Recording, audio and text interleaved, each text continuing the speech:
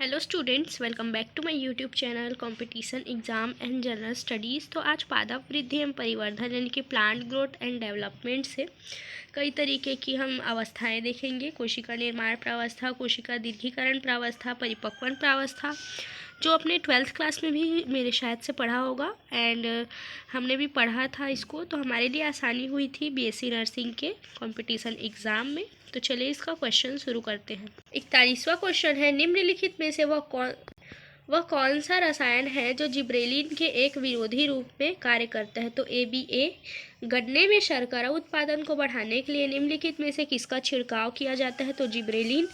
अनिषेचक फलित टमाटर के फल किस विधि से पैदा किए जा सकते हैं। तो पौधों को जिब्रेलिन अम्ल तथा ऑक्सीनों के निम्न सांद्रणों में उपचारित करके।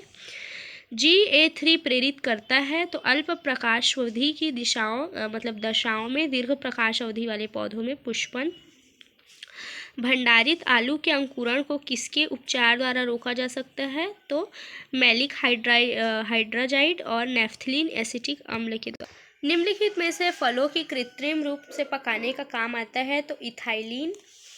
निम्नलिखित में से कौन सा गैसीय वृद्धि नियंत्रक है। तो एथाइलिन।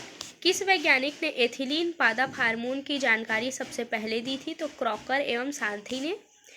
कैलस में जड़ विकसित करने के लिए प्रेरित किया जाता है। तो ऑक्सीन द्वारा। सेब के फल का आकार बढ़ाने के लिए किस रासायनिक पदार्थ का उपयोग किया जाता है। तो प्रोमेलिन का। पौधे में फलों के विकास पर दीप्तिकाल का प्रभाव कहलाता है। तो दीप्तिकालिता कहलाता है। ठीक है, तो दीप्तिकाल का प्रभाव ही दीप्तिकालिता है। तो इसका अगर कोई परिभाषा पूछे तो आप इसको बता सकते हैं। दीप्तिकालिता होती है पुष्पन पर प्रकाश अवधि का प्रभाव। दीप्तिकालिता को सर्वप्रथम खोजा गया था तंबाकू में।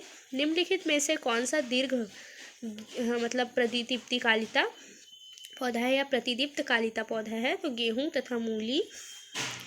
यदि गन्ने की अंधकार अवधि को एक प्रकाश पुंज से तोड़ा जाए तो इसमें पुष्पन नहीं होगा।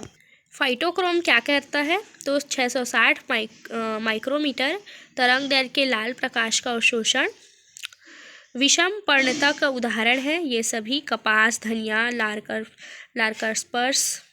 58वां, जब अल्प प्रकाशी पौधों का अंधकार काल प्रकाश के संक्षिप्त प्रभाव से टूट जाता है तो पौधे में बिल्कुल पुष्पन नहीं करेगा। दीप्तिकालिता की दृष्टि से ऐसा पौधा क्या कहलाएगा जो पुष्पन 10 घंटे से कम अवधि में ना हो पाए। लघु दीप्तिकालीन पौधा।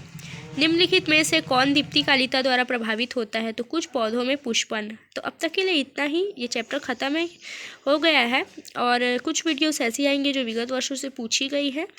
तो अब तक के लिए इतना ही। वीडियो पसंद आई तो वीडियो को लाइक कीजिए और चैनल को सब्सक्राइब करना मत भूलना।